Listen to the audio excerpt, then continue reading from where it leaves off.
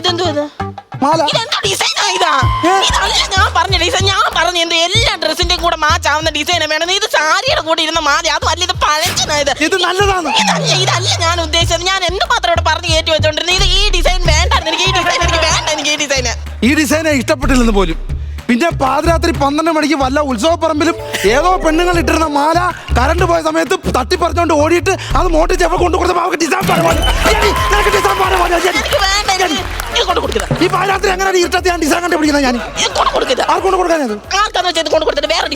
പിന്നെ വേറെ ഡിസൈൻ ഇരിക്കുമോ നിന്റെ തരത്തിനനുസരിച്ച്? നീ കൈ കിട്ടുമ്പോ ഇത് തൽക്കാലം നിനക്ക് വേണോ? ഇത് വേണമെങ്കിൽ എടുക്കാൻ അങ്ങോട്ട് എന്നെ പറഞ്ഞാൽ മതിയല്ലോ. ഞാൻ നേരത്തെ പറഞ്ഞ എല്ലാ പച്ചക്കള്ളം എനിക്ക് കള്ളം നല്ല വൃത്തിയായിട്ട് പറയാനുള്ളൂ. ഞാൻ നേരത്തെ പറഞ്ഞ എല്ലാ പച്ചക്കള്ളം ഞാൻ നീ ഒറ്റ ഞാൻ നാട്ടിൽ ഇറങ്ങി മോട്ടിക്കുന്നത്. എവിടെ ഞാൻ മോട്ടിച്ചോണ്ട് കൊടുത്തില്ല ഇവള് പറയും എന്നെ പോലീസിനെ കൊണ്ട് പിടിപ്പിക്കുമെന്ന്. അങ്ങനെ ഞാൻ ഭയന്ന് ഞാൻ മോട്ടിച്ചോണ്ട് കൊടുക്കില്ല. നിങ്ങളെ കല്യാണം കഴിച്ച എന്നെ പറഞ്ഞാൽ മതിയല്ലോ. നിന്നെ ഞാൻ കല്യാണം കഴിച്ചാന്നോ? സത്യം പറഞ്ഞാൽ ഇവിടെ വീട്ടിൽ ഞാൻ മോട്ടിക്കാൻ കയറിയതാ. എവിടെ കഴുത്തേ കിടന്ന മാല വലിച്ചു പൊട്ടിച്ചോണ്ട് ഓടി ഞാൻ വീട്ടിൽ വന്ന് നോക്കിയപ്പോ കാണാം മാലയുടെ അറ്റത്തൊരു സാധനം കിടക്കുന്നു. ഞാനോർത്ത് ലോക്കറ്റ് ആയിരിക്കുമെന്ന്. പിന്നെ ഇത്രയും വലിയ ലോക്കറ്റാന്ന് നോക്കിയപ്പോഴത്തേന് എവള് അന്ന് കൂടിയതാ എന്റെ കൂടെ.